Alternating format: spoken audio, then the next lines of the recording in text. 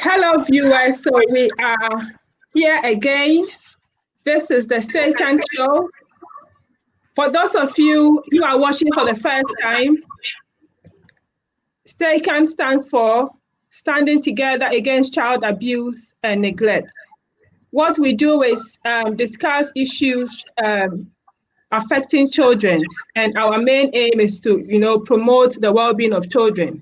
So, and we seek to do this by educating, creating awareness and empowering, and empowerment. So this is what we seek to do. This evening, well, depending on which parts of, the world you are, time zones can be different. So this evening in the UK here, and I know Ghana is 6 o'clock now, 6 p.m. Yeah, we are looking at healthy relationship and the influence of culture. So for this evening, we will be discussing, that the discussion will seek to create awareness of what a healthy relationship is about or looks like. Within this, we would also look at the signs of a toxic and abusive relationship. This is important so that, if you find yourself in a toxic or abusive relationship, you will be able to know the signs. Or if you have a friend or somebody, a family member who is in an abusive relationship or a toxic relationship, you will be able to, know the signs. So, like I said, we stick to educate and, create awareness and empower. So again, within this discussion, healthy relationship and the influence of culture, within this discussion, for a broader perspective, we will be touching on biblical view as well as cultural elements, which of course does shapes one's interpretation of what a healthy relationship is. For the purposes of this discussion, a particular focus, on the subject of healthy relationship, a particular focus will be on couples who are in intimate relationships. So we'll be focusing on couples in intimate relationship. And this would include married couples, this would include couples who are cohabiting, and this would include couples who are in intimate relationship but then are not living together, because we have, people, people do find themselves in different, situations. Yeah, but then we want to primarily touch on intimate relationships. So whether you are married, whether you are cohabiting, or whether you are, living separately, the key, word over here is intimate relationship. So before we go any further, we will be introducing our honorable panel members, and I will start with Dr. David Yeboah. If you could introduce yourself to us, please. Thank you very much. I'm David, lecturer at Liverpool John Moores University. Thank you very much. Thank you, Dr. Yeboah. And then we would also move on to Reverend W. McCarthy W. Thank you, Elsie. My name is McCarthy. I am a Reverend Minister, and I also work as an operations manager in one of the waste management companies in Ghana. Thank you for having me. Wow, thank you for that. And then we go on to our last person over here, and Madam Grace, or you can say Efia. All right, so could you introduce yourself to us, please? Okay, my name is Efia Labi Grace. I'm an HR admin coordinator with Gilbert, that is Ghana Institute of Languages, Literacy and Bible Translation. And then I equally am also a writer in the next. Okay, thank you for that. So we will be zooming right into the conversation. So we are talking about healthy relationship and the influence of culture. And I believe that obviously, an easy start over here would be for us to explore why people generally go into relationship. Why don't people stay single forever, for life? Why do people go into relationship? Is it okay for Madam Grace to start a conversation over here? why do people go into relationships? Okay, so let me say that people find that the need to bond. We all know that human beings are people who have relationships. They are social beings. They cannot live alone for long. Even for those who tell themselves that they are in isolation for a reason, even the monks, I believe that they still have a level of association. So the more reason why every human being feels the need to have a relationship, some form of a bond. That's basically what I'll say. Wow. So every human being has, the need to have some sort of relationship. And I believe that again, it has, again, for our emotional well-being, that is also important. Yeah, so I would move on to Dr. Yebua to also give us, add anything to the contribution. Thank you very much. One of the reasons we enter into relationship is for security. You want to be secured if you have somebody on your side, that in a way covers you. You are secured on that. Another point is that we have the belief that we are worthy of love when at least one person in our lives loves us. So we enter into relationship for self-worth. The other thing is for intimacy and affection. I think Madam Grace spoke about that. And that's a physical contact. In life, you have people with you, and then you help each other. Where you are weak, the person might be strong, and where you are strong, the person might be weak. And so it has to do with helping each other in that way. So these are the submissions I will give for now. Thank you very much. Thank you. So we're talking about self-worth and all that. Wow. Okay, so is it okay to come to McCaffrey, please? Yes. In terms of why do people enter into relationships? Yeah, I would also just add that people enter relationship for companionship. For companionship, that you would have someone that you would want to share your life with, you want to lean on, someone that when you go out, there's someone there who you can share whatever happens on, someone you can just live with, and who would understand you and you understand the person. So it's also for companionship. Wow. Yeah. So we've got, so again, for companionship. So that is very important because, you don't want to live in isolation. And if you can have somebody to, compliment you, somebody to, support you, somebody to give you, be there to give you that sense of security. Obviously, and again, somebody to enrich you. So I believe that, many a times we go into relationships for the right reasons, to be better people, to have that person that we can talk to, that person that we can have, in moments of happiness, we've got that person that we can have, laugh with, we can do things with, go out and, go on holidays with, do nice things together, spend time together. And again, in moments of sadness, when we are really stressed, when we are really grieving, in those dark moments, we have that person there who would be with us, we can lean on, who will support us emotionally through, whatever situation we find ourselves. So yes, and I think the Bible would also say that it is not good for a man or a woman to be alone, So yeah, we are there to complement each other. We would move on into the discussion. We want to look at, what makes a healthy relationship, or what are the signs to look out for in a healthy relationship. How do we know that this is a healthy relationship? Is it okay to start with Reverend McCaffrey?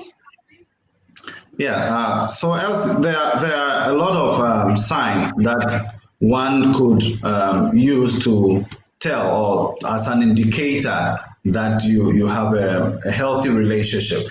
I'll just say a few so the other panelists can also add. One fundamental one that I want to talk about is mutual respect.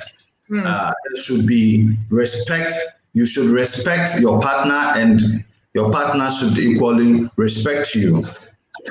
You should also see trust, that you trust this person and this person trusts you. You should also be honest and you should be selfless.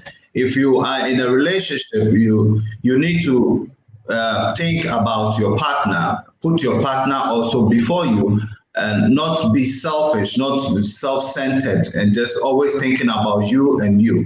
And it should be in the opposite direction, same way. Your partner should also feel the same about you.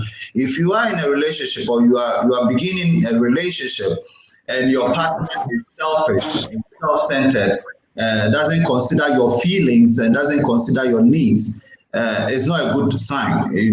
The right relationship should be someone who would consider your feelings and wants to meet that and always make you happy. So these are some of the signs I would want to share, and then others can also add up.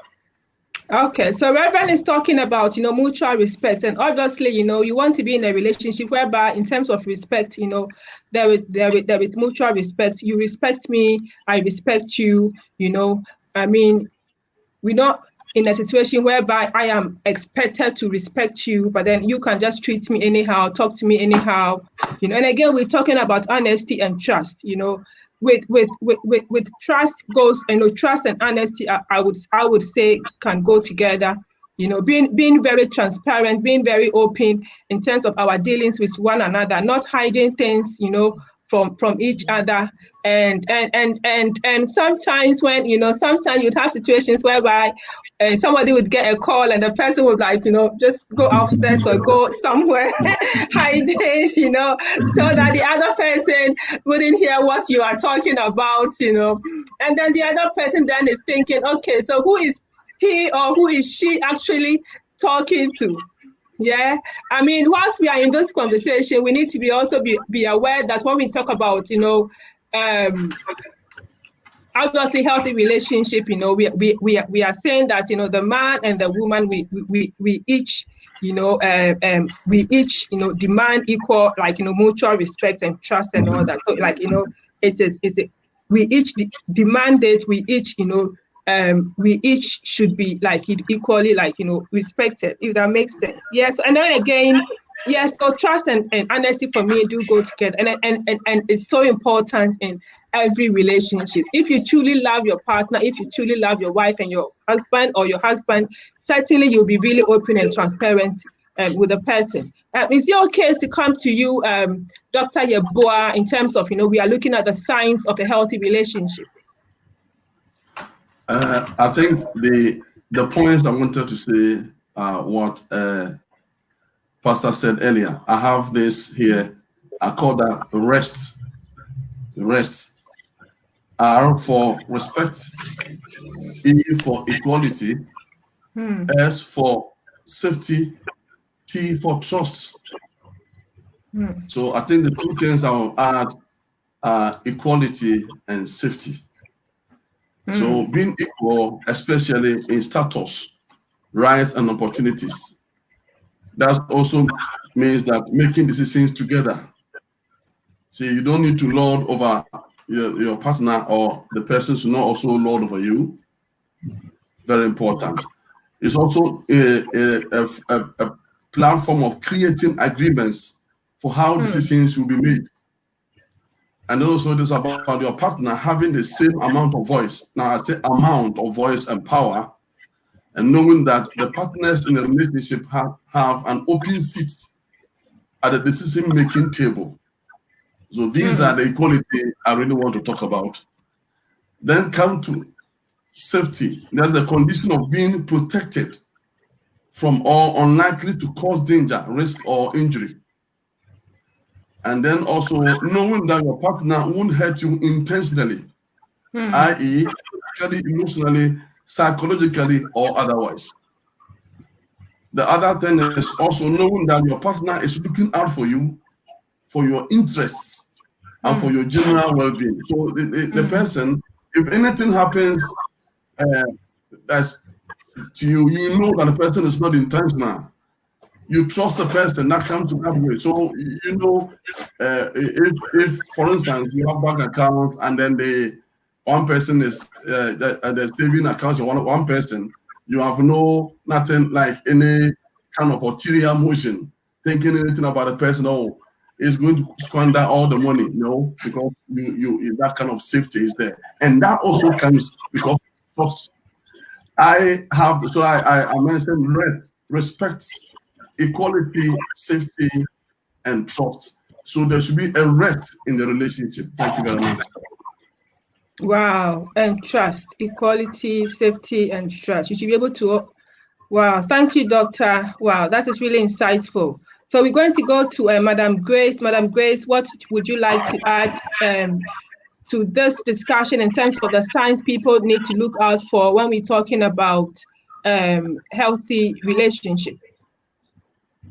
So I think that basically they have said it all, but on the issue of trust, I also want to add that you need to be a team, or you need to be on the same page in a relationship. When you are able to be on the same page, it is easy to cut the third party out, so that it is difficult for people or any other person outside to infiltrate. The only third party needed here is God, the God factor, to direct affairs. Now, let me give a typical example. It's interesting to know that somebody will say, this is my spouse, this is my partner, but they have no idea whatsoever what the person's itinerary in a day is even like.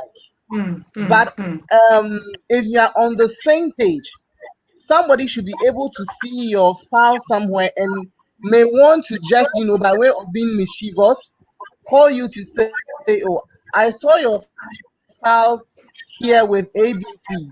You should be able to confidently say that, yes, he's here at this time for ABC, and ward that third party off. So if there is mutual trust, there is mutual respect, and you are all on the same page all the time, I think that it helps a lot. But it doesn't mean your differences will not be there. No, that's not what we're saying. Basically, you are in tandem with each other. You flow in that way. Yeah. Wow, thank you so much. Let me say one thing about the respect. Apart from respecting each other, the partners should respect the relationship. I don't know whether you understand, and that is following the guidance you have agreed. So it's not only respecting each other, but respecting the relationship. So you protect it. You decide that this thing won't go out. See, every now and then that is the language we say, don't wash our dirty clothes outside. You know what I mean? Every now and then you're going out. You sit with your friends. You are talking about your husband or your wife, things that you are not happy at home, and that really doesn't bring respect. It's not that you are in a way. Sorry to use this word, destroying your partner, but then you are destroying the relationship. You are not respecting the relationship, and in that case, that you are not even respecting yourself, because you didn't go by the things you say. Because we have already said also, trust me, that you are not misled. You are not manipulating anything. You are not being taken advantage of. See, so it's not only respecting the person as a way, but then also going further by respecting the relationship. Very important. Wow. So I want to just chip in this too. It's interesting how Doctor is in UK and I'm in Ghana, but it looks like the man is having a way of reading my notes. I don't know how he's doing it. But, I wanted to also add what Doctor has said, that one of the signs of a healthy relationship is the ability for you to be yourself, for your partner also to be himself or herself. That you will not want to be someone else or fake any character or attitude just to satisfy the other party, or you cannot stand something, you don't like something, but you are just trying to survive it. It's not a sign of a good relationship, because there's going to come that time that you can no longer take it. So in a good relationship, you should be able to be yourself. Both partners need to be able to be themselves. And then the other quality is also the ability to forgive one is also a sign that this relationship is a healthy one and is going to go far. If you don't have the ability to forgive one another, then it's both ways. It's not a healthy relationship. Wow. Thank you, Reverend. So, I mean, there is something, yeah. somebody, I think Pastor said something earlier about honesty. I don't know. You know, when people are talking about honesty, sometimes we try to hide our weakness, especially maybe before you enter in. Now you have come in in the relationship, and then you are still trying to hide something. You are trying to hide your relationship. You are not like, and then that also ties to the openness he mentioned earlier. Be of yourself. You cannot be all. You are not perfect. There is nothing like perfect. That's why you are joined together. You know, I said earlier. So when you are weak, the person might be strong there. So just voice out when you are weak. And then also the other partner shouldn't be looking at a caricature that the other partner cannot talk to. See, you make your face. It's very difficult for the person to talk to you. And then that really makes it quite difficult for them to come out and speak their heart. So that is really very important. Wow. Thank you. So I would I would also add something to what, Reverend said, about the fact that, you being yourself, because the fact is that before we go into that marriage, we are different people, isn't it? We have different orientation, different interests and likes, different, we are completely two different people. I mean, we may have some shared, some similarities in terms of interests, but then it still stands out that we have been raised by different parents, different value system, and different, so we are kind of different personalities, really. So going into this relationship, and then you having to find yourself in a situation whereby you have to, live to please this person, deny yourself of who you are. You can't be yourself if you are this bubbly person, bubbly person who maybe likes to watch, in your free time likes to watch movie or something. You find yourself having to, do things that your partner likes. And if your partner does not enjoy movie, you have to now find yourself having to kind of try to lose interest in the things you have interest in just to please the person, because the person is saying that I don't like watching movies, they really get me angry, or I get bored, or whatever. So you're also trying to, please him, and you're also trying to not to like movie. Even though you are not a football person, you are trying to then love football just to make the person happy. And I think that can be a very awkward situation and very uncomfortable situation to be in. And then we had Gladys over here. Gladys Akwele O2 is saying that communication is key. And obviously, I mean, in terms of communication, who would want to pick on that? Communication in relationship. Let me talk about it. When your communication is very key, and if you remember, Pastor was talking about being yourself, and you also even reiterated that you need not lose yourself in the marriage or in the relationship. Now, if I'm communicating how I feel to you about a situation, rather than keeping it without talking about it, I think I'm doing the relationship a great harm. So communication is key. On the issue with the communication, basically or more often has to do with the timing and the approach, and then who you are communicating with.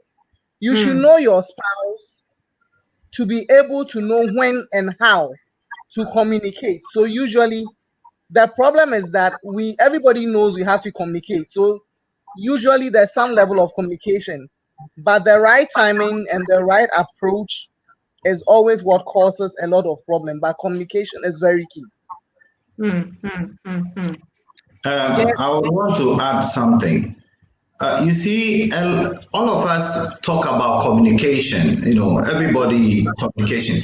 But a lot of the times in relationships, communication is not happening. Communication is just not me saying something to you. No, the purpose of me saying what I want to say to you, my goal in that is to make you understand what I'm saying. And so I like what Ifya put in, the timing, how you say it. It all adds up to making you understand. And so it's just not a matter of just opening my mouth and speaking to you. A lot of relationships are just experiencing monologue because I want to communicate. I say something to you, but in communication, the cycle ends when the receiver of the message understands what you are saying. So my goal is I'm saying this to you to make you understand what I'm trying to pass on. Maybe how I feel. You understand how I feel, or you understand what I want to do, or you understand what I'm thinking. So it's just not talking to one another. It's to make the person understand. So the timing is important when you say it, how you say it, and it goes with tone and everything. So communication is bigger than how sometimes we understand it, that it's just, we are talking. No. Yeah. Wow. So communication goes beyond what, just talking. The timing should be right and the environment should be right. Wow. And then of course communication is also a big thing in a relationship, because sometimes you'd have couples living together who don't even speak to each other, and who are not even able to share their worries and concerns with each other. And then I think I can also say that when we talk about communication, it's not just about the verbal communication, but being able to also look at your the body language and the facial expression. So if your partner is really you can tell when your partner is really stressed, by looking at the facial expression, the body language. Those are all parts of communication. Those are all cues that I believe we need to be picking, because you need to take an interest in your wife and in your husband, such that even when she's not talking, you can read between the lines. You can look at her body language to be able to know how she's feeling, and then know how to again respond. I mean, again, we also talk about being able to fondness and being kind of the relationship shouldn't be just about being serious all the time. Having a sense of playfulness, fondness. So we have some marriages that one person is always serious, and then the other person, and then sometimes that person who is always serious may make the other person feel that he or she is not serious about life. What do we think about it? When you're in such a relationship, what do you do?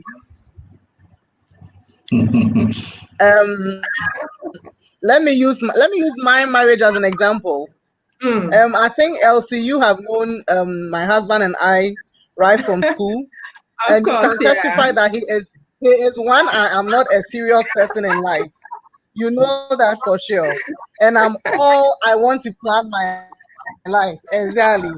But I think basically in such relationship, you need to find a common ground, and you need to find a lot of the things that both of you are common or happy doing together.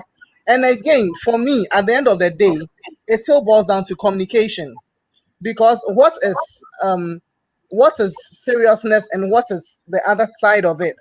What is you not being serious and what is the other side of it? Sometimes it's difficult to put these things in straight jackets. Okay, so his attitude to life is that hey, life happens, God is in control, you do what you have to do and then you move on. You don't over stress over some things you can do absolutely nothing about. So for instance, if you are broke and then he reads my demeanor for a couple of days and say, I know you are broke. That's why I'm giving all that attitude and all the fight. But the money would come. God isn't. But I may take it in from a different angle. But at the end of the day, you need to, if you know each other very well, you know how you respond and react to things. I think you are always able to, go with the flow. So it doesn't matter whether one is serious or one is, but really it depends on the two of you. So you should understand each. Yeah, can I come in the things we are talking about, like somebody is in a way and another person is a different way. People live together for 10 years and they don't study each other. So we need to learn to study.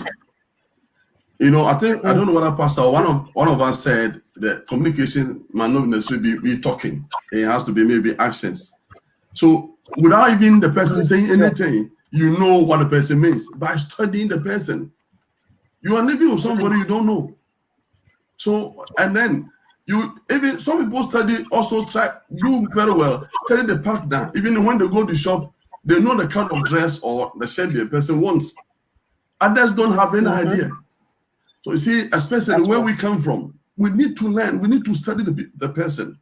When we do that, it doesn't matter whether the person, because we will not have the same interest.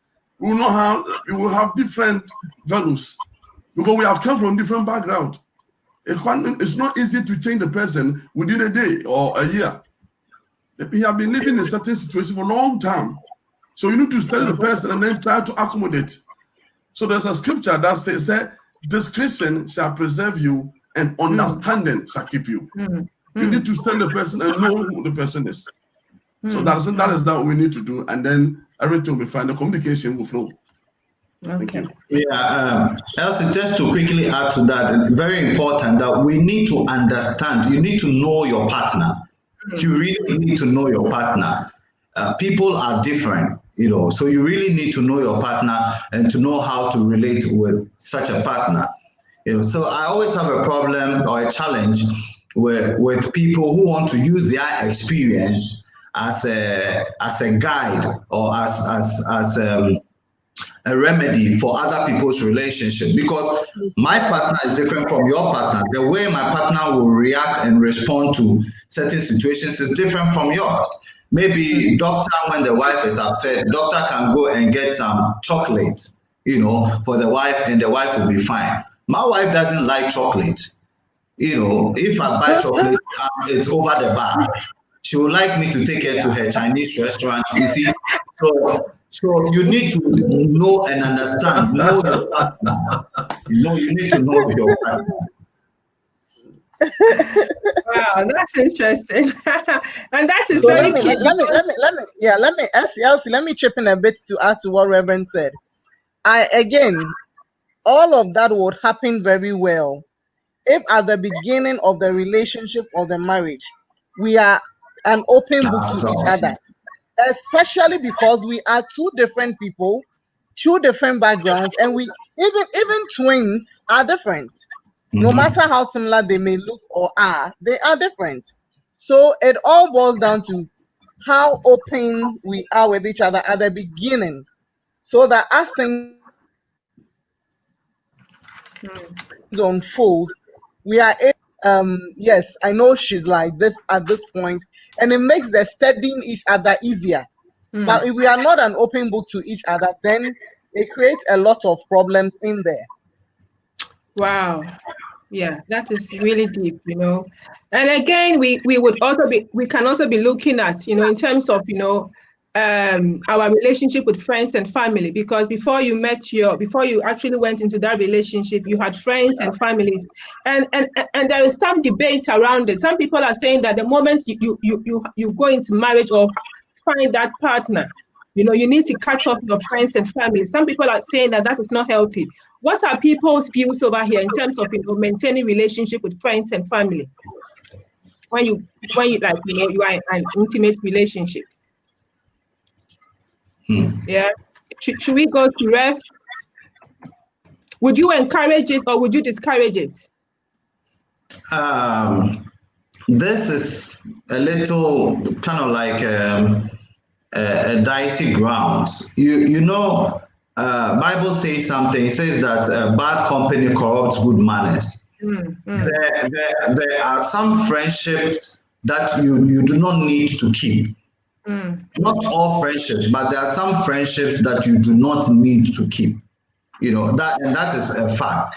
A lot of the times, for example, if a married woman, it's not all the case, but majority, if you are a married person or you are married, okay, it's not always ideal to maintain friends who are not married. I'm not saying it's not good, but I'm saying it is not always ideal, because the sort of things that these people will want to do may not be conducive for you, because now things are different with you.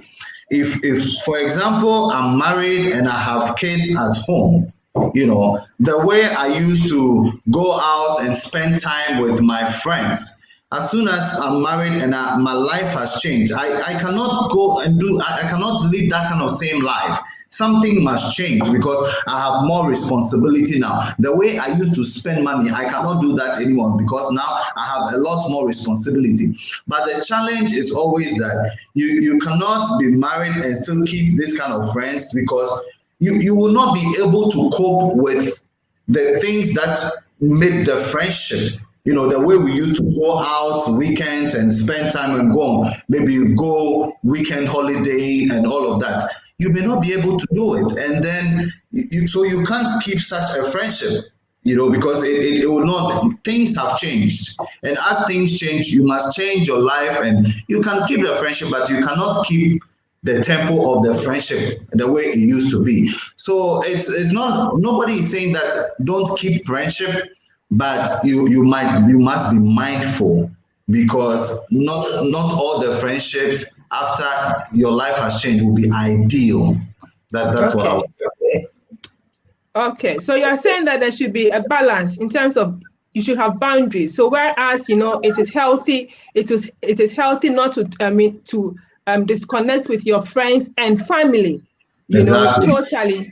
There should also be some kind of boundary in terms of, like you said, sometimes, if you were the type who used to go out with your friends on every Fridays, because you are married, you may not be able to do those things, anymore, or to the degree you used to do them. But equally, those maintaining your friends with and family are also important. So you can't just cut them off totally. Yeah, because they are. The fantastic word you introduced there is the balance. You must find the balance. That's the key thing. Yeah. Thank you. And then again, we are looking at, like we are again on signs of a healthy relationship. We are also looking at, and I think we've mentioned activities, showing interest in each other's activities, each other's dreams, each other's aspirations. Before the person came into the relationship or the marriage, people have individual dreams and aspirations, and we need to be able to come together, talk about them, and support each other, achieve those dreams. And again, we are looking at sexual boundaries, respect for sexual boundaries. And I think that sometimes creates a lot of issues in relationship. What are your views on that? Doc, what are your views on sexual boundaries? Respect for sexual boundaries. I think it's really very important topic in marriage, where it has really brought a lot of confusion and even divorce. Where do we place the limits? I don't want to come in scripture now, but I think I'm being provoked to come in. Because the foundation of this, let it flow. The foundation of these things are quite on what the Bible says on relationships, the boundaries on sex. If you go to 1 Corinthians chapter 7, it's talking about the fact that, because you see, when you come together, you are now one flesh. One flesh. Now, that means that you are no more two, you are one. Now, that doesn't give you the opportunity. See, when the person, let me be very, very simple English. If the person is not ready, maybe one of two things. And that also goes back to when we said, study and know the person. The person is not ready for some reasons. And then because we said you are one, now you are forcing. Sorry to use these words. That doesn't bring the respect we are talking about. So there should be this kind of balance. That also comes to knowing the person. Knowing the person's sexual life. Some people, I don't know whether we can say this on the platform. Some people are very good. I mean, they want some of these things every day, every now and then. The other partner might not. And so you need to sit down. That's why I said earlier. I mean, we have different sexual drives, isn't it? Yeah. That's the word I wanted to use. So the understanding the person and with discretion, you know, okay, this person has got this kind of, because we all have different hormones and all these things, scientific thing we have. And therefore, knowing these things, you know where you need to balance the thing. Okay, when that happens, there will be that mutual respect, and then there will not be any problem. Yeah. I mean, of course, it is a very tricky area. And again, people have said that because we are married, your body belongs to me, and we can have sex. I can at any time. You can't tell me you are tired. And again, some people have different, like, really high sex drive. How do we go about it? And and then some people, so it's a very, like, dicey situation. But then most importantly, like, when good communication is in place, we'll be able to talk about these issues and respect and the fact that there should be sexual boundaries within relationships, within marriages. And then finally, before we move on, how do we resolve conflicts in fairly? How do we resolve conflicts fairly in marriages to make sure that it does not escalate, whereby the husband will be hitting the wife, or the wife will then be disrespecting the husband, calling him names, kwadonto, or whatever, stuff like that, where there are people, and then where you've got even your children around, and you are, so how do we ensure that conflicts are resolved fairly without it escalating into Elsie, can I just add something to what Doc said? Because that thing is very important, and I see a lot of people use that. And the scripture you are referring to is in 1 Corinthians chapter 7, verse 4. It says that the wife does not have authority over her own body, but yields to the husband. In the same way, the husband does not have authority over the body, but and people use that in justifying. I need it and I want it and I must have it because it belongs to me. But like Jock said, I want to add also, I think Ephesians chapter 4 and the verse 2 says that be completely humble and gentle, be patient, bear with one another in love. You understand? Bearing with one another in love. If you really understand love and you love your partner as you love yourself, you will not forcefully be demanding for sex when the person is not ready.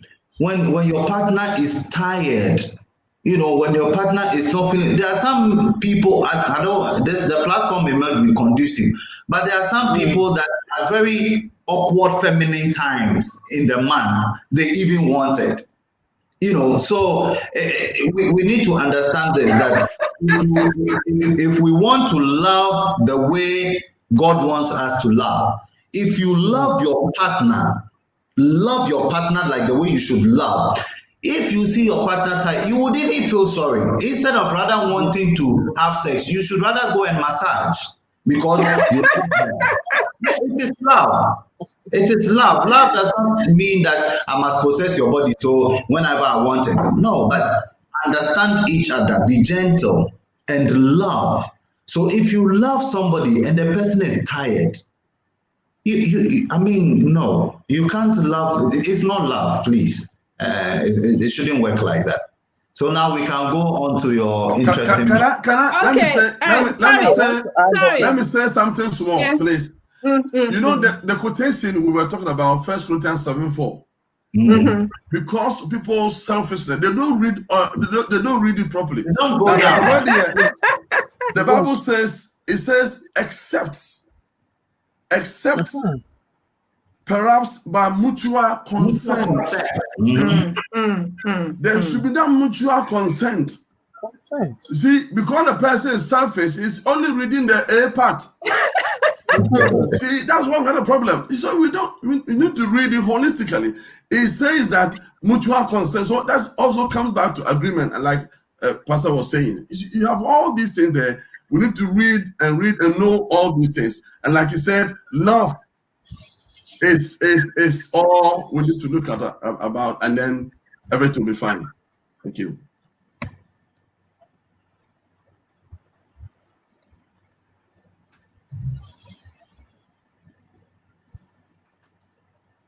Okay, I think we are losing Elsie. Elsie, she's coming back on. Hello, Elsie. Elsie. Okay, well, so as we wait for her, Doctor, you said something that is very interesting. It's very interesting how people take some part of scripture, to justify their selfish interest and all of that. And I think at some point in the discussion, we may even have to come to wives, submit to your husbands and all of that. And then husbands, love your wives as Christ loved the church, that he even gave up his body for it. So, it's an interesting topic. We want the submission, but we don't want to love like Christ loved. Exactly. I think Elsie was introducing a topic, so we can just discuss that before she comes in, about how we resolve conflicts. Yeah. Madam, yeah. If I think you want to. Sure. So before I come to the conflict bit, I was also saying that I remember a situation where I had to deal with a husband almost consistently being drunk and yet wanting to force his way. You understand? So then these are the situations sometimes we have, and we get to the point of spousal rape. But people don't want to hear that word spousal rape, because to them, like you're saying, the woman belongs to me. But if we are really understanding the word of God like the way we should, and reading it holistically and not what will suit us, then I believe that we really should be able to go through that portion as well. Right. Yeah. So, and then talking about the conflict, I'll bring us back again to communication. It takes two to tango in every relationship. Sometimes we want to let it appear it is one-sided because of what we know or the information we have from one spouse. But I believe that it takes two to tango. And so in that situation, if we have studied each other very well, we should be able to know how the other person reacts to certain things, and then are able to resolve their issues. Now, let me give a typical example. If I have an argument with my husband, and then he's the type, again, grooming from a different background also counts. He has been groomed that to prevent excessive anger from you as the man, if you think the argument is becoming too much, you walk out. Now, the very first time that happened, I wasn't too happy because I felt I needed to express myself and he wanted to walk out. But he had to explain later and tell me that no, because of the way I was getting angry and agitated, it wouldn't make sense if both of us were, going on and on. So I had to step out, cool down, and then come back. When you've cooled down, we talk. So for me, again, conflict resolution, communication is key. But we all have our dynamics because we are all different people. And like Reverend said earlier, if Doc can buy chocolate for Madam, he has to do Chinese restaurants. Exactly. So I think in a sense, it applies to the conflict situation. Wow. Thank you for that. I went off a bit. Thank you for continuing with the discussion. So we're going to go on to look at what an unhealthy relationship looks like, or what's a toxic. We just started the conflict, so maybe I'm sure Doc will want to have a thing or two. Sure. I'll add my 2 cents. Sure. Yeah, yeah, thank you very much. We need to ensure that things don't escalate. So when the thing starts, you see, just like a fire, it starts very small, and then if you don't deal with it, then it escalates. It goes beyond repair. So we need to, every small conflict, we need to visit it and then try to ensure that it doesn't happen. Because when you don't resolve it, and then another issue comes in, you are building something. Now it comes to a point that, I mean, when I was in Ghana, I was reading this one was the Daily Graphic. Two people, I mean, there's a couple had loggerheads on rat meat, or we say kusie back in Ghana. and then that destroyed the marriage. But the issue wasn't the rat meat. There had been an issue already they didn't deal with. So every small thing, see, fires the already or the existed problems. So it's really very important. And like we have been saying, every couple have a way of dealing their own issue. How you would deal with might be different from how I would deal with. We started, let me give an example. We started what we called 24-hour policy. So what we were saying is that if anything happens, it shouldn't go beyond 24 hours. We need to deal with it. Then we reduced to 12 hours and came to 6 hours. Now it's just less than a minute. So because we have been doing that, and there's nothing like better yesterday for us. We are just growing and knowing each other, and conflict don't stay. We don't allow them. Why? Because we made our mind. You see, there are certain things we need to commit ourselves to the relationship. Very important. So we need to have that. Be diligent. Everything which is worth, we need to work at it. People are not working. You find out most people have not even read anything about marriage. They have not even studied anything. The thing we are doing here live, people will not even listen to. They will not even watch. How do you expect conflict to resolve? You listen to what people have done, how they resolve this, and through that you sit down and also do the same thing. And we are not studying, we are not even learning anything. And this is a lifetime thing. It's not something you enter and come out. You enter and then you are in. And some people have had problems and they don't even want to enter marriage at all. But it's a very, very good thing. But we need to work at it. There should be a sacrifice. So until we do these things, it's not going to work. And there will be conflicts of conflicts, and then all the time there are problems in the house. Yeah. Thank you very much.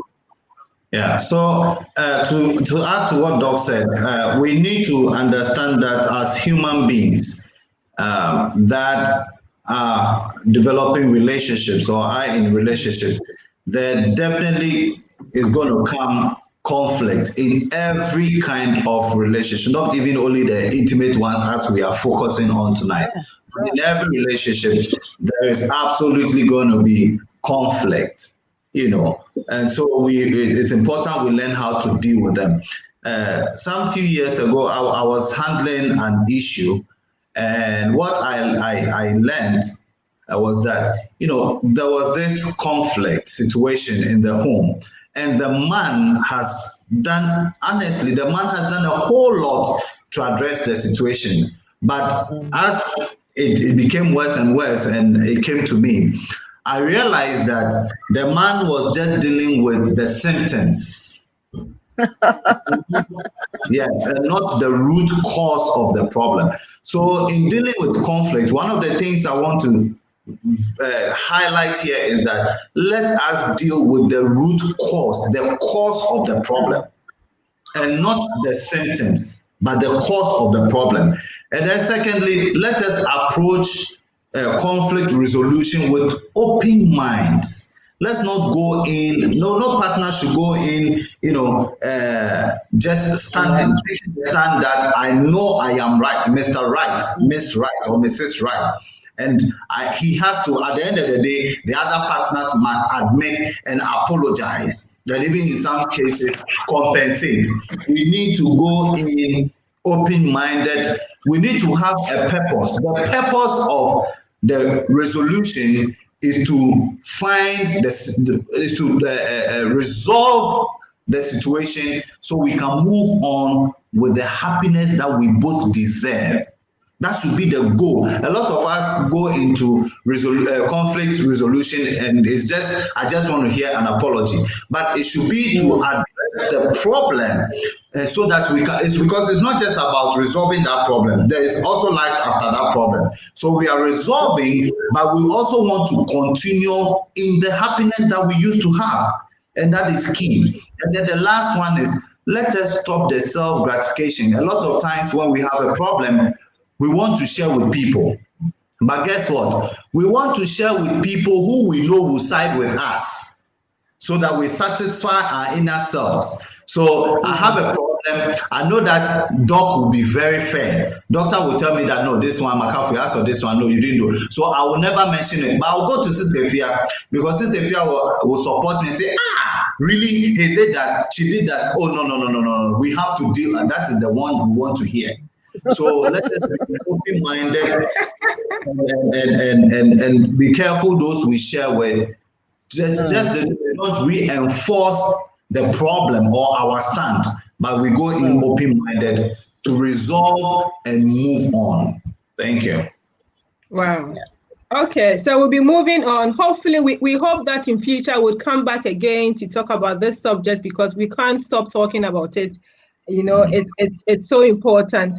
Now, let us move on a bit more to look at, what we mean by or the signs to look for in terms of an unhealthy relationship or a toxic relationship or an abusive relationship. What indicates that, this relationship is not a healthy one, or, it's a toxic one, or it's an abusive one?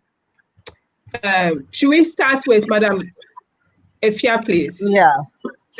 Okay, so an abusive relationship, basically, as we all know, is one that one spouse is not made to feel a part of, or not made to feel like she has a say in there.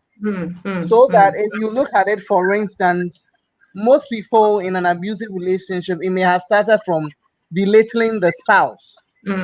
Or there's something I want to say, being coward to submission. So the person is expected to be submissive, like in the case of the wife. But then here's a case, the person becomes overly submissive to a fault. So sometimes in an abusive relationship, it can be two ways sometimes, because either the person abused doesn't know she's been abused because of the background. The person abusing may not also know because of the background. So indeed, an abusive relationship, is a wide range on its own. The worst scenario of it that we know and hear is the physical ones that may have resulted in a death or a beating here and there. But there are emotional and psychological ones which are silent, that people don't get to hear because probably the people don't know how to express those ones. So abuse can be at any level and at every time. I mean, basically, you are treading on eggshells around the person. You are not comfortable. You are not free to say something without offending the person. You don't know when you'd offend. It's a whole mixed bag on its own. Yeah, and I think you hit the nail right on the head. Physical abuse, where which is very kind of common. Where the other person is being beaten, mainly women. And then just for us to be clear, when we talk about abuse, or domestic abuse, for instance, anybody can be a victim. We have men who have been beaten by their spouses, and and in terms of emotional abuse. Yeah, and then again, and I mean, again, physical abuse, for instance, can be really serious to the extent that many women have ended up in hospitals where they've had bruises, black eye, been like they've been punched, they've been pushed, and many women have had their hair pulled out and dragged on the floor. Some have, had to be, and again, they are in those rare cases. some women have even lost their lives because of, such toxic relationship. And again, in terms of, as you were talking about emotional abuse, calling the person names, like, where Jimmy, where you're stupid. And then again, calling your wife, like, prostitute. Where are you coming from? Prostitute. You are very ugly. So what happens is these things do have emotional impact on the victim. And sometimes the victim would end up normalizing it or believing in this, in these messages, which impacts on the victim's self-esteem. I'm working with this woman who tells me that her self-esteem is right at the bottom, and because of that, she cannot even go out and have fresh air because people would see her differently. She doesn't have the confidence to do the things she used to do and she used to love. So and it's because she's got such low confidence, such low self-esteem of herself. She thinks she's very ugly. She thinks that nobody has any interest in her anymore. She thinks that she's of no value. And this is the extent in which, emotional abuse, can take people. Can I just open up again and to anybody who wants to add to the discussion in terms of, a toxic relationship or an unhealthy relationship? Okay. So I just want to talk about one thing. And if you ever see this, you are starting a relationship and you ever see this, you quickly need to get help. And that is insecurity. Insecurity. If any party involved in a relationship feels insecure, it could lead to a lot of issues. It is insecurity that makes certain people start controlling their partners. Sure. Insecurity, whether financially or socially. It is insecurity that will make certain people to say, I don't want your friends around, or I don't want even your family people around. It is insecurity that will say that I don't want you to work. It is insecurity that will say that you cannot have any financial, any account, bank account or anything that I do not know about. It is insecurity that will say that I need to know the kind of conversations you have. So when you answer a call, I need to know. It is insecurity. And of course, insecurity could be as a result of so many things. Some that could be justified, some that may not even be justified. Some people come out of terrible relationships and they don't let go of certain things and they carry them, all those baggage into a new relationship, and it influences the way they relate to these new partners. So insecurity is one huge thing that you need to deal with in every relationship before it leads into toxicity and abuse. Yeah, thank you. Can I come in? One of them, the things, the signs is dishonesty. Because honestly, we have already spoken earlier about that. And now, I remember, let me give an example. I don't want to mention the place where, before we moved to Coventry, we had this couple. The guy, married the lady and brought the lady to UK. And then there was this issue about their finance, and told the lady that ladies are not expected to have bank accounts because when she came, she didn't know all this. And then, once the person is here, she will learn. She used to come to our house and we say all these things. We didn't say anything. And then they got to know that the lady got to know that the man was rather having savings somewhere. See, to cut everything short, the marriage is now off. There is now divorce because of what? Dishonesty. The man is not, you can't trust the man. See, so that is also a sign. And these things, like you said earlier, when these things happen, it's quite difficult for you to even relate, communicate with the person. You are not happy to have anything to do with the person anymore because now first that happened, another you've seen another thing again, like you said, insecurity earlier. See the person, especially in finance. Be honest. You should somebody be trusted. If the person cannot trust you, now there's separation. Okay, let's keep different accounts. When we go to when we go out, when we buy food, pay yours, I'm paying mine. A whole lot of things. Then it comes to separation. You see, so we also want to say that when this thing starts, we need to deal with it immediately. So one of them I want to talk about is also dishonesty. Okay, and I think thank you. And I think that within the conversation, Doc and Reverend, you've both talked about the elements of money and how we are looking at controlling behavior and how we are looking at financial abuse. Situations whereby for instance, a woman gets married and then a woman is I used to know this lawyer who would say that when I got married, my husband was saying that, okay, you don't have to work. I want us to you stay at home and look after our children.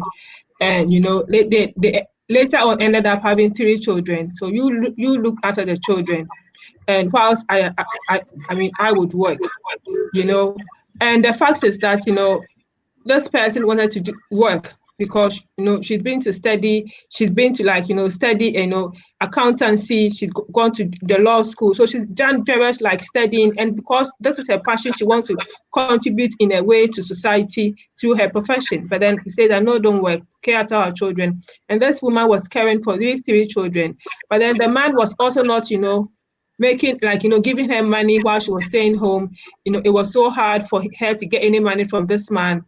Meanwhile, the woman can easily go out there and get money, but then the man was saying that if you should go out and find a job, you're going to divorce. So it's choose between divorce, and staying home and caring for the children, and that is really controlling behavior. And domestic abuse has a lot to do with power and control. Yeah, so I believe at this stage we are happy to move on to. In terms of the church, religion, we are looking at how, in terms of the church community, how we resolve relationship issues within the church. Can I come to you, Reverend? What do you normally do in your local church when couples are having issues in their relationships? I will not talk about what I do. Let me talk about what should be done, the ideal situation. Okay. But of course, I can share with you what I do. I mean, we are all learning. I think that first and foremost, you must establish the purpose for that kind of meeting.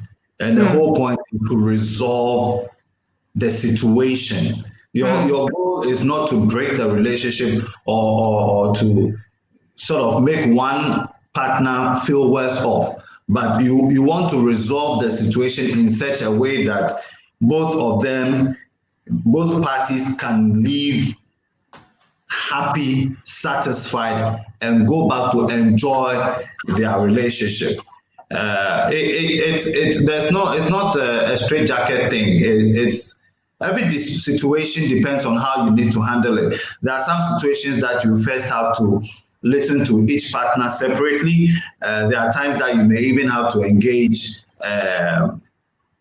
other members, maybe family members, depending on how far the situation have traveled, maybe some neighbors or whatever. But at the end of the day, you want to be able to sit both parties down and have them both look at the situation and admit that there is a problem. This is not what we want. And also admit that we know that we deserve better from one another. We know that we can do better. We have the ability and the grace to do better for one another and make us enjoy this relationship the way it ought to be. So you try to explore all that and then put them together and have them really look in each other's face and say that this is the problem. And then have both parties say, look, I am ready and willing to work at this so that we would have a better relationship. Thank you for that, Reverend. I want to just, as we go into the conversation, I want to ask to look at, some people are of the view that the church grooms people for abuse. And some people are arguing that, we are saying that God hates divorce. We are saying that, God, we're talking about the subject of forgiveness, and that God himself forgave us by bringing his only son, Jesus Christ. And that, we need to forgive and forgive and forgive. Yeah, and as a Christian, you need to be able to learn to forgive. Now, people are saying that because victims are then thinking that if I don't forgive, I am not a good Christian, and that I'm not a model Christian. I need to continue to forgive the abuser, and forgive the abuser. And again, because the Bible is again saying that God hates divorce. So I mean, the point is that should the victim continue to, is the victim expected, to forgive always and continue to put herself or himself at risk from the abuser? Where do we where do we find the balance? At what point is it enough, in terms of the church? Doc, you want to go or I should go? Okay.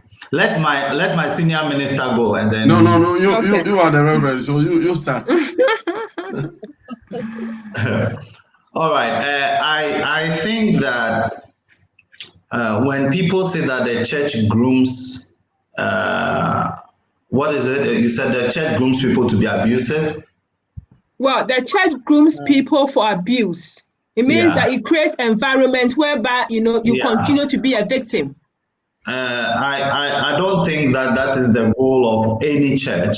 I think people are comfortable expressing or looking at the church that way because they think that there's a lot that the church is not doing when it comes to abuse. For example, they think they don't hear ministers standing in the pulpits and talking about abuse. But if I stand in the pulpit and talk to you about love, and I talk to you about how to love your partner, I'm addressing abuse. You get what I'm saying? But then why can't we talk about domestic abuse? Why should we talk about love? We should talk about everything, shouldn't we? That's what I'm saying, that we talk about everything. But you see, there's a cultural bit of it. There are certain things there's a lot that the church does in relation to abuse, but the church will not come up and say it. There are a lot of issues that church, ministers or churches, handle in terms of abuse in relationship, in homes, that the church handles, but the church will not, come and trumpet about it. But what I'm saying is that if I know that someone is abusive in my church, there are a lot of ways that I can address that. When I get to know, I can engage the person. If I don't get to know, but I suspect it, there are a lot of ways that I can talk to the person without necessarily using the word abuse. Okay, so yeah, can I ask a question? If a woman keeps coming to you, she's got bruises on her, all over, she keeps telling you how, her finances are being controlled by her husband keeps beating her, she's not happy in the marriage, her husband says horrible things to her about in front of the children, and that her kids are now disrespecting her, she's so scared even in her own home, there's no peace at home, she's walking on eggshells, and then in some situations, women have said that, they are being told by the reverend minister to go and pray. And then when they keep praying and then they come back again with more bruises on their body and their face, and then tell the minister that, he beat me so hard that I nearly collapsed, I nearly passed out. The minister is saying that you are not praying enough, you have to add fasting to it. Many people are saying that by doing that, we are then not holding the abuser accountable. We are saying to the woman that, it is kind of your fault because you are not praying enough. You are not a good Christian. There's something you are not doing right. Continue to pray for him.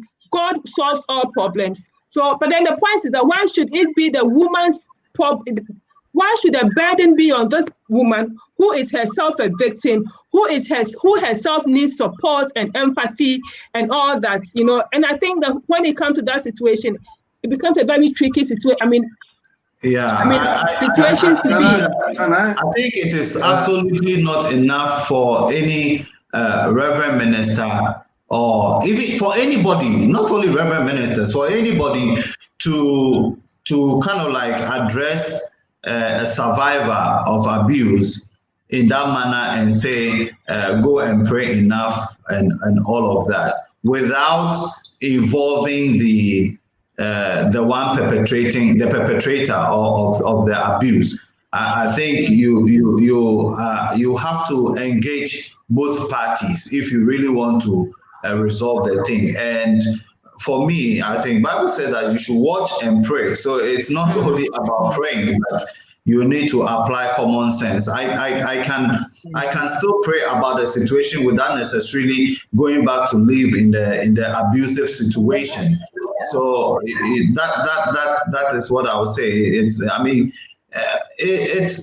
It's a difficult thing because sometimes the perpetrators and the survivors of the abuse themselves a lot of the times have spiritual connotations to these things that are happening. So I'll be very honest with you. Sometimes even ministers really have issues because sometimes you want to tell the person that, please, in this matter, you have to apply common sense. But the person comes and has already spiritualized everything. So it makes it difficult because the reverend minister, you are now going to tell the person common sense, and the person says that it's spiritual. So if you are going to, so you, the reverend minister, you are not a spiritual person.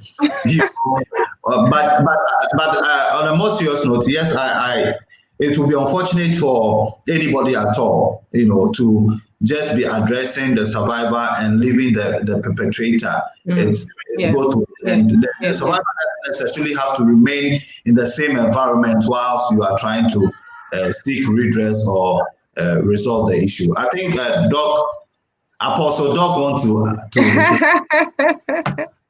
Thank you very much. To you, Doc. I'm not sure. I agree with what Pastor was saying. I'm not sure. The church is a place for grooming. How did you use it? Abusive. Well, grooming people for abuse. Yeah. Yes. Yeah. Okay. I'm not very sure, because if you go to, I've been listening to the experts in this kind of marriage experts who are saying that throughout the world, in fact, Christian partners are really doing very, very well. Why? Because in the church we have marriage committee.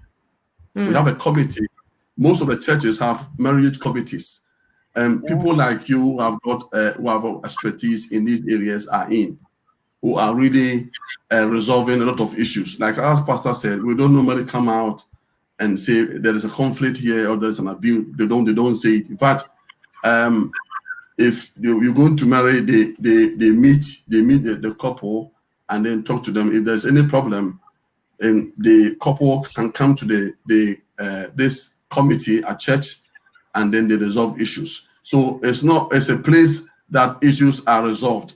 I have said earlier that a church is like a clinic or hospital where problems, diseases are healed. And so we have all kinds of these things there. Now, you don't only call the victim, you call the other partner together and ensure that these things are resolved. Please, when we come to the word of God, we cannot say anything beyond what God has said. We cannot use our mind, we cannot use our understanding and trying to change anything what God has said, because that is not what God is. Jesus said in the beginning it was not so. God didn't plan divorce. He didn't. It's not the plan of God at all. So first of all, I think we should let the couple know that this kind of fighting and unhealthy relationship is not from God. You see, that is why I always say this. The Bible says, he that finds a wife. It didn't say he that finds a lady. You don't go and marry a woman, you go and marry your wife. Can I go a little bit deeper? Yeah. You see, God took the rib from the side of the man to create the woman. And so you go, you need to allow God to lead you. I'm trying to advise people who are trying to listen to us. Some of them are not married. You go and pray for God to lead you to find your wife. When God created you, your wife is already there. So now we are going to spirituality. You need to go and find a person. If that thing doesn't happen, like you said, sometimes when we are resolving a conflict, they say, oh, go and pray. I don't think prayers is enough to resolve these things. Because see, you cannot equate spirituality to skills. We need people who are skillful, who have learned, who have got an idea, who have got an expertise in this area to come in. If you will only bring people who are only praying in tongues, who have no idea about how to resolve marriage conflict, there will be chaos at church. And that's why we have the problem. If somebody speaks tongues, it doesn't mean that they know they have any idea of all things. Speaking in tongues, one thing, praying one thing. Like he said, you need to what? How do you what? You need to have an idea, a knowledge about how to resolve these things. So I think that the church should bring people who have an expert, who are Christians in these things, so that they will help solve the problems. Other than that, you only organize only people who are too spiritual, who can pray, who can fast. That won't solve anything. The person is being beaten at. The person is suffering. There's bruise all over the person's body. You tell a person to go and pray. Okay, what mind can the person have to pray? They don't have that thing. They want a solution. The solution is people who are also skillful and can be able to resolve these things. So the church will not only look at spiritual side, we should look at people also the physical and also people who have got the knowledge in these areas. It's very, very important. Thank you. What's our view? I'll come to you again, Reverend McAfee. What's your view on domestic violence and divorce? I know that the church's position many times. Obviously we don't want divorce to happen. We want to do everything we can to save the relationship. But then again, what is our position on domestic violence and divorce? Bearing in mind that a number of women have again lost their lives in abusive relationship because the man is just not going to change. Or the woman is not going to change. Of course, yes. yeah. The two. All right. So I think, not that I think, that there's absolutely no church that would condone or promote or be satisfied with abuse, domestic abuse, or any form of abuse. No church absolutely will do that. And the Church of Christ, the church founded on Christ, would definitely not be silent on abuse. I know churches that even have set up homes and shelters and stuff like that to address and support people like that. So it's not just only about spiritualizing everything. So churches will not support that. Churches also do not support or encourage divorce. But then I also know that a couple of churches that, after doing all that needs to be done, has resolved to the fact that this marriage really has to be annulled. And of course, that is a decision of the people involved in the marriage. Okay. Will not encourage it. The church will not promote it. The church will not suggest it or recommend it. It will definitely have to be a thing that will come from the people involved in the relationship. The church's goal will seek to, at the end of the day, that there will be peace, there will be love, and unity will reign, and people will go back to their normal lives and enjoy each other. And that is what the church will seek to do, using other supports that it would need, like from the family. I like one thing that Doc said, that look, whether we like it or not, we cannot say beyond what God has said. We just cannot do that. God says that He hates divorce, and He hates it because He instituted marriage, and He instituted marriage based on certain principles. All right. And in God's divine plan, divorce is not there, because the way He instituted the thing, the way He wants the woman to behave in the marriage, the way He wants the man to behave in the marriage, if we all honestly and genuinely go by, we will not get to the point where we would have to get to divorce and to destroy each other. You know, so if it gets to that level, then I want to go a little spiritual and say, then where is the God factor in the marriage? It means that something went wrong. You know, we did not get the equation and the formula right. Because if we follow the formula that God has set, you know, we will not get to the point of divorcing, you know, because the institution of marriage is that He said that for this reason, and I want to just do a little illustration here. I was looking for glue, but I couldn't find. For this reason, two people, like these two papers, okay, will come together as one, the man and the woman, and they will cleave together to be one. How do you separate one? How do you separate one? If I try to rip these two papers that are stapled together, okay, you see what has happened? Mm-hmm. Yeah. It's never the same. Never ever the same. You see, you destroy. No two people will go through divorce and be the same. You know, the two people that go through divorce, they don't end up the same. People are hurt for life. Other people suffer for it, children and things suffer for it. The repercussions are just too much. So the church will not, as it were, choose divorce if there is any other way of resolving the issues. But then again, like I said, there have been instances where the church, you know, has nothing else to do than to allow the two people to divorce, or to leave them to go and divorce, because, you know, it's their decision. You know, Yeah. so yeah, and I believe that. Thank you, and I believe that, like you rightly said, you know, when there is divorce, they are never the same, and then I believe that is the more reason why these victims do need a lot of support. And the support, you know, in terms of my line of work, the support includes counseling, domestic abuse work, and all that. The person needs a lot of work because because of the damage. Created in terms of emotional abuse, maybe financial abuse, maybe sexual abuse, maybe physical abuse, and the mental health impact. Many people have come out with mental health difficulties like depression, anxiety, bipolar, and you can name all of that, and post-traumatic depression and all that. So yes again, the person can be damaged, and that is the more reason why we need a lot of support interventions in place. And that is why, again, the church should also be partnering, need to partner with agencies in the community, with services in the community, for them to work together. And like Dr.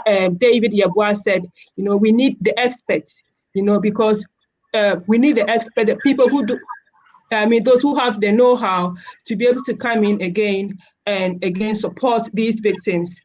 Support these victims, basically. Yeah. So we need people who have knowledge in, these areas to come in and work together, and not just spiritualize everything. Yeah. Can I say something? Nowadays, sure. there are a lot of terminologies on some of these things. Now, every now and then, people are going to report this is happening. Like a lot of terms, I'm not good at listening them. I see. We need to, some of the words, we need to ensure that we forgive quickly and easily. Some of the issues should not even go beyond the house at all.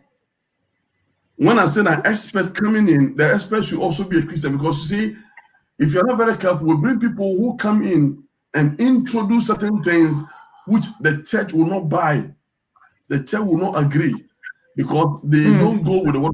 That's where people have problems, that the church is a place of grooming this kind of abuse, kind of stuff. If you are coming and partner with the church have got principles, as we were saying earlier, based on the one who instituted marriage. Everything we say should be, we should have reference in the scripture, because the scripture now becomes the focal point of the thing we are saying. So if you come in and trying to resolve them, He's trying to resolve them. All these abusive things, the Bible is not saying abuse, but then they are all enshrined in the scripture. I was reading today, everything saying that the person be. I mean, he said a man of God should not fight.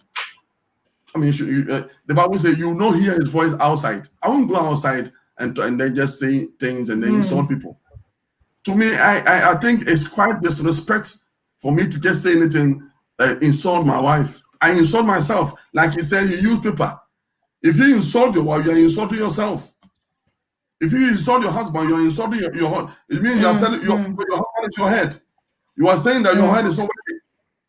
So you see, that also comes back to the Bible says marriage is a mystery. Ephesians chapter 5, verse 5. The mystery. It is only God that can unlock the mystery. Mystery is a hidden truth. So again, we need God to come in. See, so after all these things, we need all these things, all this machinery to come in, and then if nothing works, then as the pastor said, and then the church, okay, we leave everything to them. Then they can decide themselves that they want to just go, they want to separate. Then that's fine. But then the church will not condone any abuse anywhere. The Bible states categorically, the Bible does not condone abuse at all. At all. Thank you very much. And thank you. Add to what Doctor said, I want Matthew chapter 19, verse 6, right? It said that when two people get together, when two people are married as a husband and wife, these two people are no longer two, but one flesh. Therefore, what God has joined together, let no one put asunder. Let no one separate them. So that's why the church will not want to separate them, because the church, like Doctor said, is a clinic. We want healing. But if the two in the relationship, one realizes that, look, I can't take this anymore, and the church has done all it could and cannot, it is not the church that is separating them, or it is not the church that is forcing them to stay. The church would want to resolve it, but it's up to the two people. And then we answerable to that situation. Thank you. And then finally, before we go off, Rev, are you able to talk about the impact of culture in terms of relationship, marriage, and how that influences, the influence of that within marriage? For instance, It's a huge subject, and like you said, culture is different from place to place. So I know there are a lot of people who are viewing, and so maybe let me talk about the Ghanaian perspective of that subject. In Ghana, culturally, if you are getting married, you are not only marrying an individual, you are married into a family. And so the family has a huge influence and say in what goes on in the marriage. There have been instances where people want to leave marriages and the families force them to stay, because of stigma and tarnishing the reputation or the name of the family.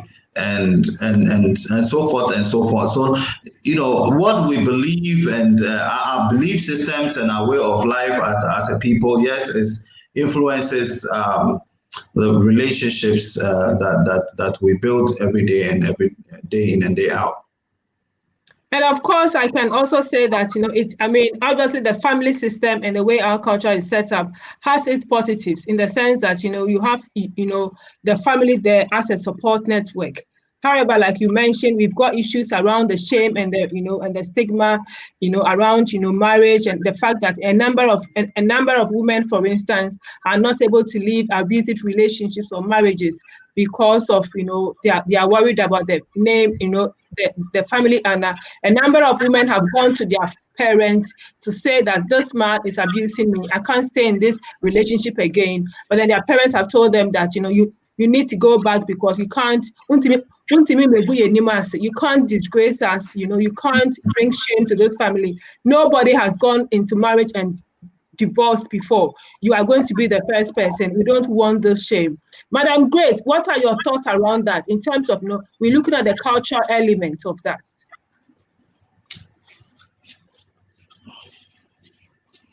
I think she's having she's okay. I think network challenges. So yeah, maybe I think say a thing. Or, maybe Doc can say a thing, and then we would bring this to an end. We are gone past time. Yeah. So in future, we would pick it up again. Yeah. Yeah, I think this is one of the most difficult areas, as Reverend said earlier. Let me use this example. I attended a conference somewhere, I think 6 years ago, and then there was this guy. I don't want to mention the country's name. In their country, the culture is that the wife should cook and do everything. Like we have some parts in Ghana, they do the same thing. The wife should do everything. I mean, they go to farm, you see the wife carrying everything, and then the husband just following the wife. And they have all come to UK. Now the man is not working. The lady is working. And the lady expects the guy to help, at least cooking. She will come back home, the guy is not cooking. And wants the lady to cook. So bring the food in front of him, set the table and eat. That is not going to work. Because we have traveled and come to this place. And that also comes back to the mutual understanding. Somebody posted something there. Love, mutual understanding. You have not come here. You are now in UK. That is not going to work. Because here, even we respect time. In where we come from, the people don't respect time. The lady goes to work early in the morning, 7 a.m., comes back in the night. You expect the lady to cook because you are bringing your culture here. That is not going to work. So, sometimes it's good, but at a certain point, we need to be very careful with the cultural thing because it sometimes wreck a very, very fundamental marriage issues. Thank you very much. Okay, so thank you, everyone. Madam Grace, we've been losing you a bit. Yeah. So, I mean, we've come to the end of this discussion all too soon. We've got so much to talk about. Hopefully, in the future, we will be coming back again to, continue with the discussion. So what we normally do is we just go round. Each person will just give your final word to the viewers in terms of, this discussion. What is your final word? What is that thing that you want them not to forget? So we will start off with Dr. Yeboah, please. Healthy marriage should be based on respect. I said equality, and then we have the security and then trust. Thank you very much. Thank you, Doc. We'll come to Rev. Yeah, your final word. What I want people to take out from this session is that for a healthy relationship, be what you want your partner to be to you. Thank you. Be what you want your partner to be to you. Wow, that is really wonderful. That is deep, Okay, so we'll go to Madam Ifia, please. What is your final word to the viewers?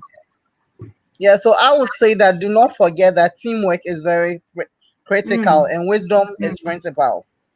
Wow, teamwork is critical and wisdom is principal. Yeah. Wow, that is also really deep. So once again, I want to say thank you so much to our panelists, panel members for the experience you've shared over here, for the knowledge, for the insight. This has been so interesting. This has been so educative. And to our viewers also, thank you for the comments, for viewing, and let us all go out and keep sharing the message. We are promoting healthy relationship. We want people to see the signs, and we want to enjoy our relationship. We want to enjoy our marriages. So on this note, thank you, everyone. So we meet again. God bless you, everybody. Thank you, Elsie. Thank you. Thank you.